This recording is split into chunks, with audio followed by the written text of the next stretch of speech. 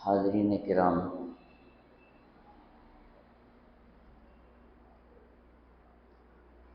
اللہ سبحانہ و تعالی نے ہماری عزت اور ہماری کامیابی دین پر رکھا ہے۔ جتنا ہم دین کے پابند بن جائیں گے، اللہ تعالیٰ اتنی عزتوں سے مالا مال کرے گا، اور جتنا ہم دین سے دور ہوتے جائیں گے، بظاہر تو عزت نظر آئے گی، لیکن اللہ سبحانہ و تعالی ہماری زندگیوں سے سکون کو چھین لے گا، پریشانیاں اور مصیبتوں کا ہجوم ہوگا، آخرت تو تباہ ہو جائے گی۔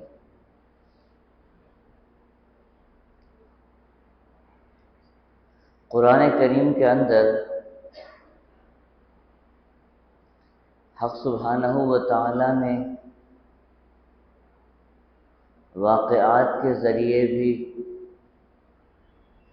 احکامات کے ذریعے بھی اور بشارتوں کے ذریعے انسان کو ہدایت کی طرف بلانے کی اللہ سبحانہ و تعالی نے پوری کوشش کی ہے۔ اور احادیث مبارکہ کے اندر بہترین مثالوں کے ذریعے بھی امت کو سمجھایا گیا ہے کہ کامیابی حاصل کرنا ہو تو کیسے کامیابی حاصل کریں، اور اپنی زندگی کو سکون والی زندگی بنانا ہو تو کیسے زندگی بنائیں۔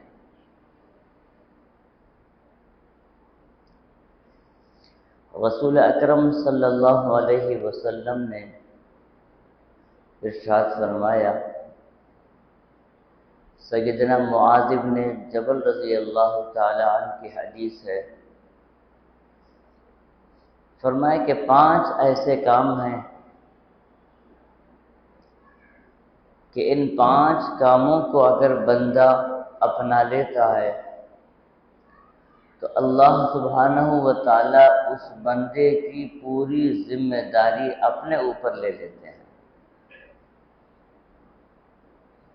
اس کی پریشانیوں میں بھی اللہ اس کے ذمہ دار ہیں، اس کے بیماریوں میں بھی اللہ اس کے ذمہ دار ہیں، اس کے بڑے بڑے معاملات کے اندر بھی اللہ اس کے ذمہ دار ہو جاتے ہیں۔ جیسے کوئی بڑا حاکم ہو تو اس کے جو نوکر چاکر ہوتے ہیں وہ بڑے فخر کے ساتھ کہتے ہیں کہ ہمیں کوئی فکر نہیں، فلاں مالک کے پاس ہم کام کر رہے ہیں، فلاں کمپنی کے ہم نوکر چاکر ہیں، ہمیں کوئی ٹینشن نہیں ہے۔ جیسے کہ ایک اللہ والے فرماتے ہیں کہ ایک مرتبہ قحط سالی کا زمانہ تھا، لوگ بڑا پریشان تھے کہ پیسے رہتے ہوئے بھی غلہ اناج خریدا نہیں جا سکتا ہے۔ ہر ایک کے چہرے میں اداسگی تھی، لیکن ایک غلام کو دیکھا گیا جو بڑا ہی خوش نظر آ رہا تھا، چال چلن میں بھی اس کی بڑی مستی نظر آتی تھی۔ اس سے پوچھا گیا، جو پریشانی ہمیں لاحق ہے کیا وہ پریشانی تجھے نہیں ہے؟ تو غلام نے کہا، تمہیں معلوم ہے کہ میں کس کا غلام ہوں؟ فلاں مالک کا غلام ہوں، اور اس کے پاس اتنے اور اتنے کمرے غلے اناج سے بھرے ہوئے ہیں، تو مجھے کس بات کا ٹینشن ہے، کون سی پریشانی ہے؟ اللہ والے فرماتے ہیں اس غلام کی بات سے مجھے توحید کا سبق ملا کہ دنیا کے ایک مالک کے پاس غلہ اناج ہو تو اس کا جو غلام ہے وہ اتنا خوش نظر آتا ہے، اور ہم بندے بھی کیسے ہیں کہ احکم الحاکمین کے غلام ہو کر تھوڑی سی پریشانی میں اتنے پریشان ہو جاتے ہیں کہ شکوے شکایت شروع کر دیتے ہیں۔ اصل تو ہمیں خوش ہونا چاہیے تھا کہ خزانوں کی ساری کنجیاں ہمارے مالک کے حوالے ہیں۔ تو ویسے ہی حضرت سیدنا معاذ بن جبل رضی اللہ تعالی عنہ فرماتے ہیں کہ رسول اکرم صلی اللہ علیہ وسلم نے فرمایا 5 خوبیاں اگر کسی کے اندر ہیں تو سمجھو کہ اسے کوئی فکر کی ضرورت نہیں ہے، ان 5 خوبیوں کی وجہ سے وہ جدھر بھی جائے گا کامیاب رہے گا، جہاں بھی جائے گا اللہ تعالیٰ کی مدد اس کے شامل حال رہے گی۔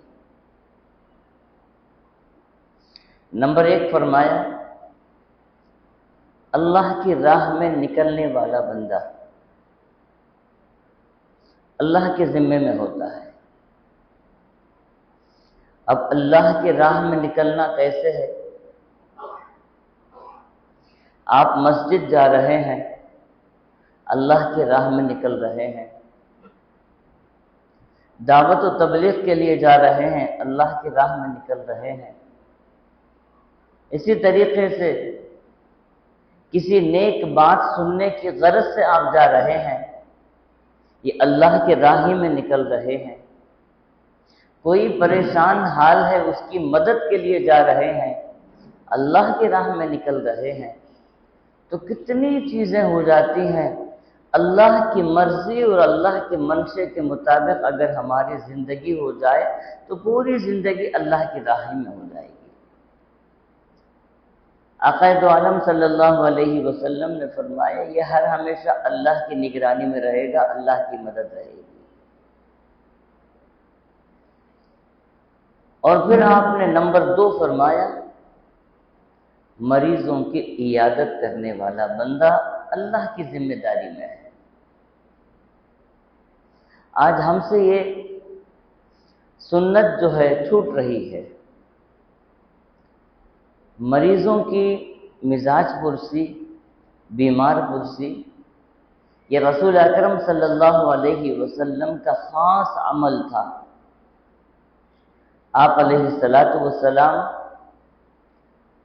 مریض کے مزاج پرسی کے لیے جاتے تھے اور اس کے ماتھے پر ہاتھ رکھتے ہوئے فرماتے تھے لا باس طہور انشاءاللہ، اس کے پیشانی پہ ہاتھ رکھتے ہوئے فرماتے کہ لا باس طہور انشاءاللہ، کوئی فکر مت کر اللہ تجھے شفا دے دے گا۔ ایسے ہی آپ فرماتے تھے اسأل اللہ العظیم رب العرش العظیم ان یشفیک۔ یہ بھی سنت سے ثابت ہے کہ جب کسی مریض کی عیادت کے لیے جاؤ تو 7 مرتبہ یہ دعا پڑھو اور جتنے حاضرین ہیں وہ آمین بولتے جائیں، اسأل اللہ العظیم رب العرش العظیم ان یشفیک۔ تو یہ ساری چیزیں شفا والی ہیں،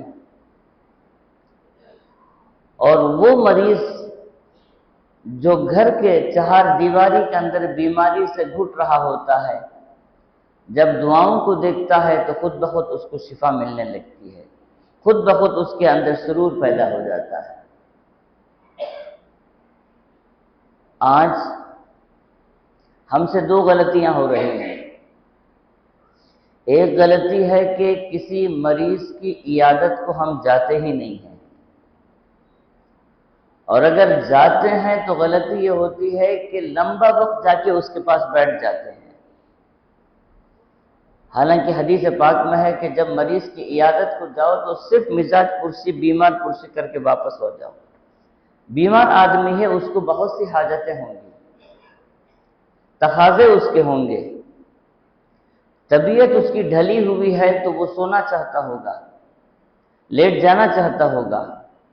ہم جاتے ہیں تو مستقل اس کی مزاج پرسی کے لیے گھنٹوں بیٹھ جاتے ہیں، اس سے ادھر ادھر کی باتیں شروع کر دیتے ہیں، وہ بیچارہ اخلاق کی وجہ سے کچھ بولتا نہیں ہے، یہ بھی سنت کے خلاف ہے۔ کتنا پیارا دین ہے ہمارا کہ ہماری جو ہے رہبری دین ہر معاملے میں کرتا ہے۔ اور سب سے بڑی غلطی آج ہم سے جو ہو رہی ہے کہ مزاج پرسی کرنا یہ اللہ کی ذمہ داری میں آ جانا ہوا۔ آج بتائیے کتنی مائیں ہیں جو چار دیواری کے اندر بیماری سے گھٹ رہی ہے، تکلیفوں کو سہ رہی ہے، بیٹا جو ہے اپنے بیوی بچوں میں مگن ہے، ماں کی طرف دیکھنا بھی اس کو گوارا نہیں ہے۔ کتنے بہن بھائی وہ ہیں جو بیمار ہیں، ان کے شفا کے لیے ان کے پاس علاج معالجے کے لیے پیسے نہیں ہیں، اور ادھر بڑی بڑی نوکریاں آ جانے کے بعد وہ بیوی بچوں میں گپ شپ لگاتے ہوئے عیاشی میں مبتلا ہے۔ اس کے پاس سارے چیزوں کو پیسے ہیں، اگر نہیں ہے تو اپنے بھائی بہن کے علاج کے لیے پیسے نہیں ہیں۔ آج دنیا ایک بڑا طبقہ ایسے گناہوں میں ملوث ہے کہ نہ ماں کی دیکھ بھال ہو رہی ہے، نہ باپ کی دیکھ بھال ہو رہی ہے، نہ بھائی بہن کی دیکھ بھال ہو رہی ہے، بیوی بچے مل گئے تو سب کچھ ہو گئے۔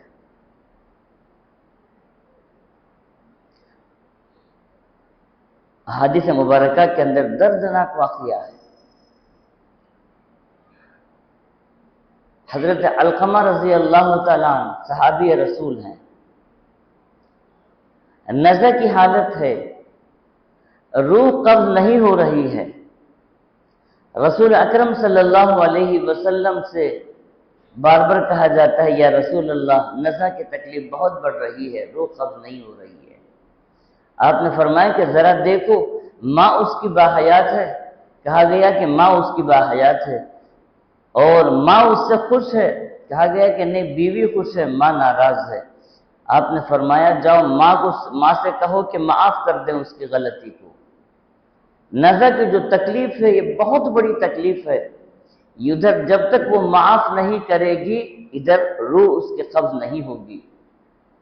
ماں نے کہا بیٹے کا جرم اتنا زیادہ ہے، اتنی اس نے مجھے تکلیف دی ہے، میرے کہنے پر بھی میرا خیال نہیں کرتا تھا، دین کے معاملے میں بڑا پابند تھا، لیکن ایسے معاملات میں وہ بیوی کی ہمیشہ سنتا تھا، میں معاف نہیں کر سکتی ہوں۔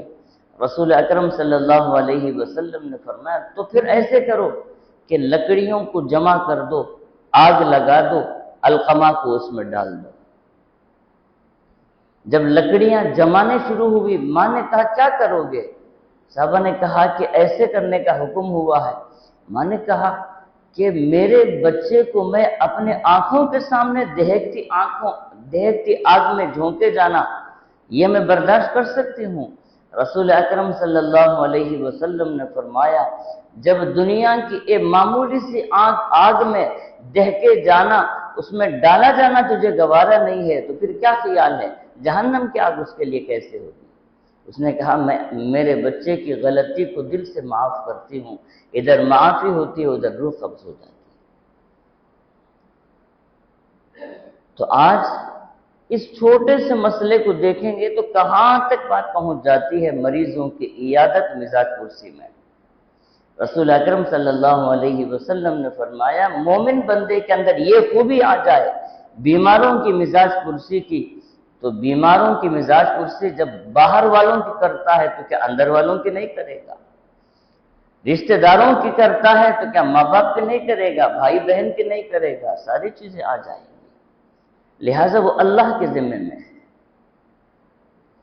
اور پھر فرمایا تیسرا وہ بندہ جو صبح اور شام مساجد سے اس کا دل لگا ہوا ہوتا ہے، مساجد سے جڑا ہوا ہوتا ہے، مسجد کا بندہ ہو کر رہتا ہے، عبادتوں میں مصروف ہو جاتا ہے، یہ بندہ بھی اللہ کی ذمہ داری میں ہوتا ہے۔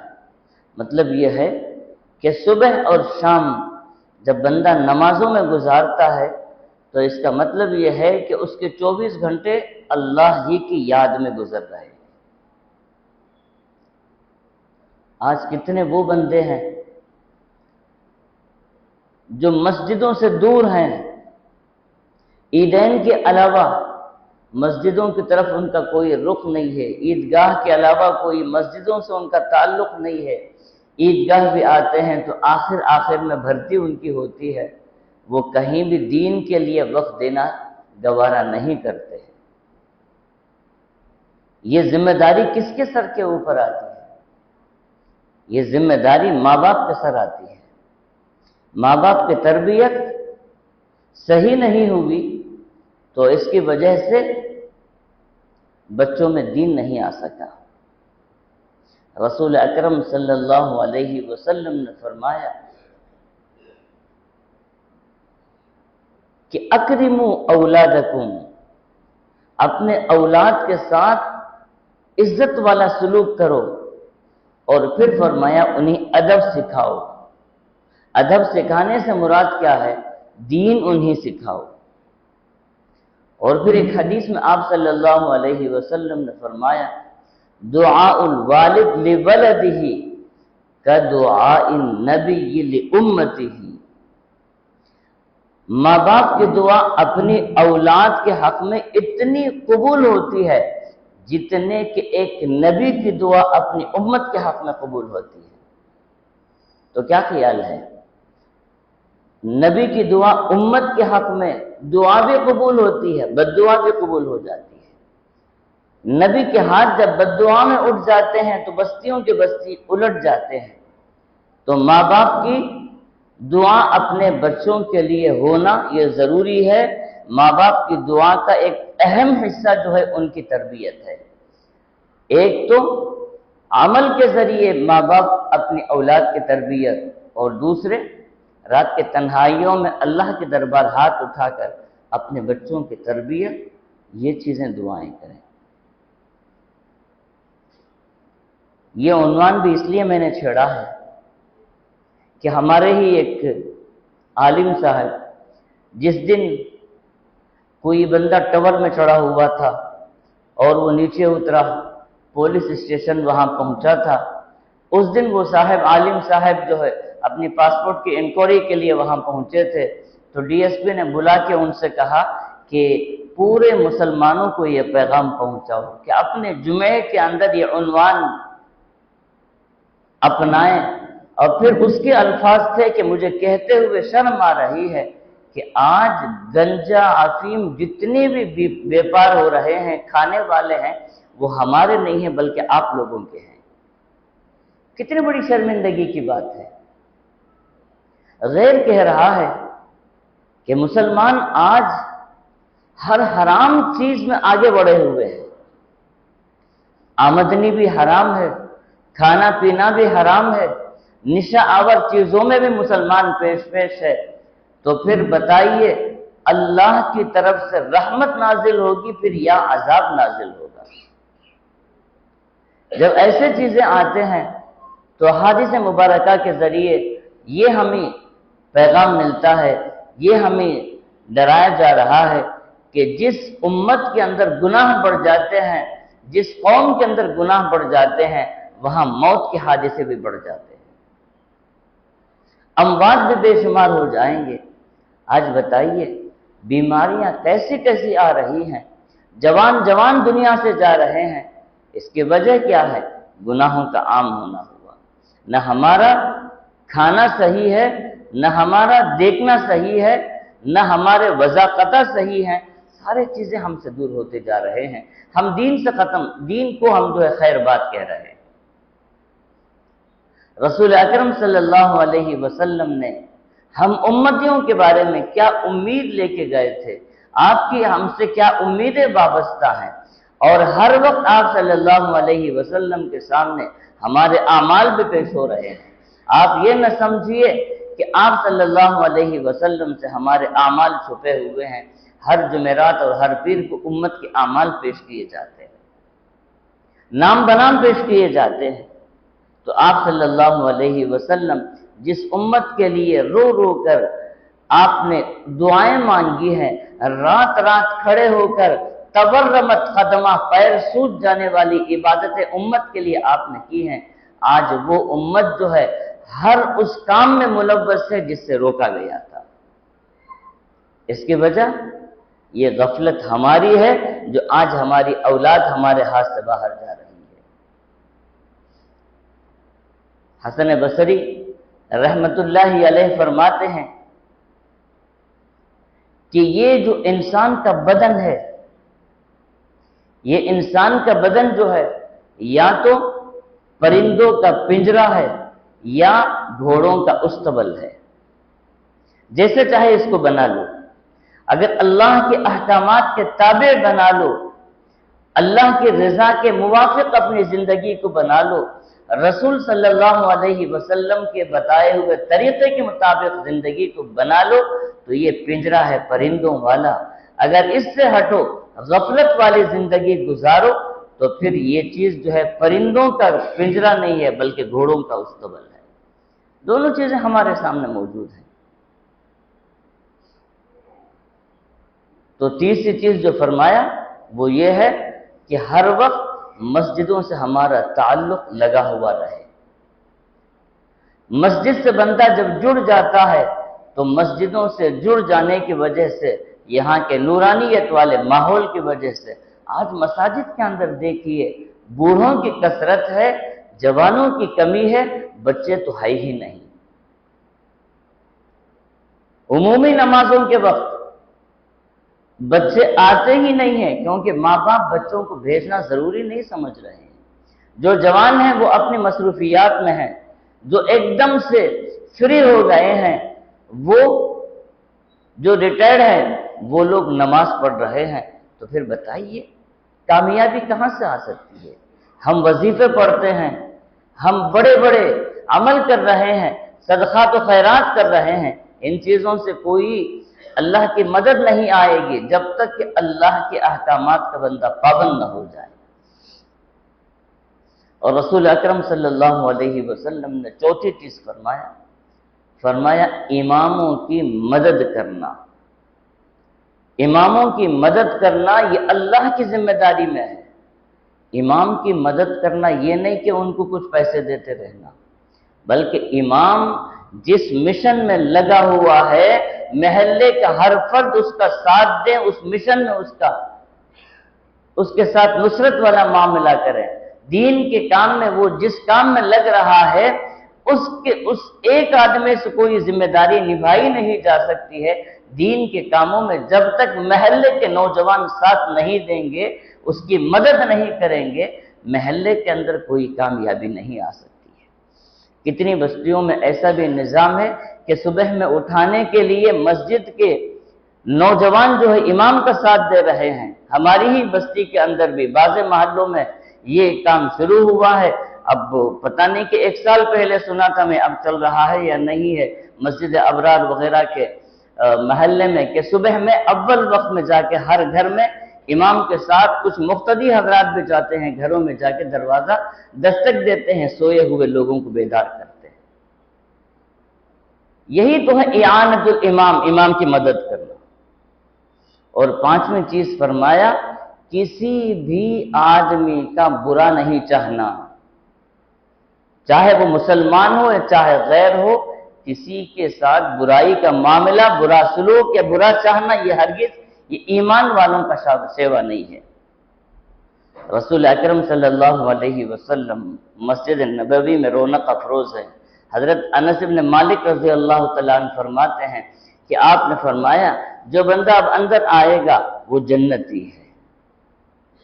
دیکھا تو ایک صحابی اندر آ رہے ہیں، وضو کا لوٹا ہاتھ میں پکڑے ہوئے ہیں، اور پانی جو ہے چہرے سے اور ہاتھ سے پانی ٹپک رہا ہے، مسجد میں اندر داخل ہو رہے ہیں۔ صحابہ نے حسرت کی نگاہوں سے انہیں دیکھا کہ جنتی صحابی کو ہم دیکھ رہے ہیں۔ دوسرے دن آپ نے فرمایا کہ اب جو آ رہا ہے وہ جنتی ہے، دیکھا تو وہی صحابی آئے۔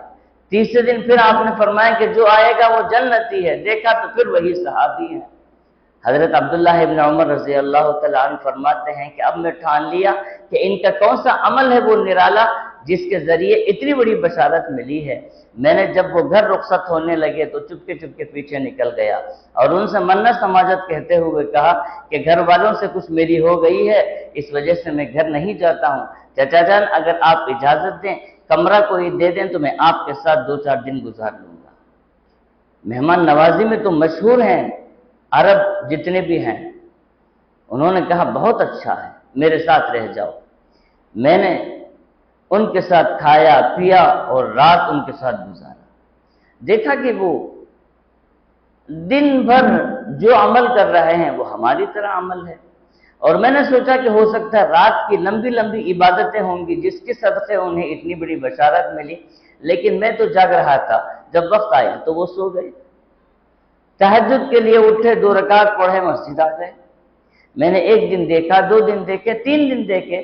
3 دن کے بعد میں نے کہا چچا جان آپ سے میں پوچھنا چاہتا ہوں، بات یہ ہے کہ گھر والوں سے مجھے کوئی بات نہیں ہے، میں کسی وجہ سے آپ کے پاس نہیں آیا، رسول اکرم صلی اللہ علیہ وسلم نے آپ کے متعلق بشارت دی تھی جنت کی، اور مجھے خواہش پیدا ہوئی کہ آپ کا عمل کیا ہے وہ دیکھوں کہ میں بھی اپنا لوں۔ انہوں نے فرمایا بیٹا میرا ویسے کوئی خاص عمل نہیں ہے، بس ایک عادت ہے میری کہ میں ہر ایک مسلمان کا بھلا چاہتا ہوں، اور کسی بھی مسلمان کے تعلق سے، کسی بھی انسان کے تعلق سے اپنے دل میں بیر نہیں رکھتا ہوں، کینہ نہیں رکھتا ہوں، دشمنی نہیں پالتا ہوں، ہر ایک کے ساتھ خیر خواہی کا کام کرتا ہوں۔ بس ایک ہی ایک میرا عمل ہے، باقی تو جتنے عمل تم کرتے ہو وہ بھی وہی میں بھی کرتا ہوں۔ حضرت عبداللہ ابن عمر نے اس وقت محسوس کیا کہ معمولی جو عمل ہم سمجھے ہوئے ہیں یہ اللہ کی نگاہ میں کتنا بڑا عمل ہے، رسول کی نگاہ میں کتنا بڑا عمل ہے کہ 3 دن ایک ہی صحابی کے بارے میں فرمایا کہ یہ جنتی صحابی ہے۔ آج ہمارے دلوں میں کینہ بھی ہے، حسد بھی ہے، برائیاں بھی ہیں، جنم لے رہی ہیں، پل رہے ہیں، خاندان کے خاندان کٹے ہوئے ہیں، اور ہم ہاتھ ملانا پسند نہیں کرتے ہیں، جبکہ رسول اکرم صلی اللہ علیہ وسلم کی تعلیمات ایسی نہیں ہیں۔ اللہ تعالیٰ سے دعا ہے کہ نیک توفیق عطا فرمائے۔ وآخر دعوانا الحمدللہ۔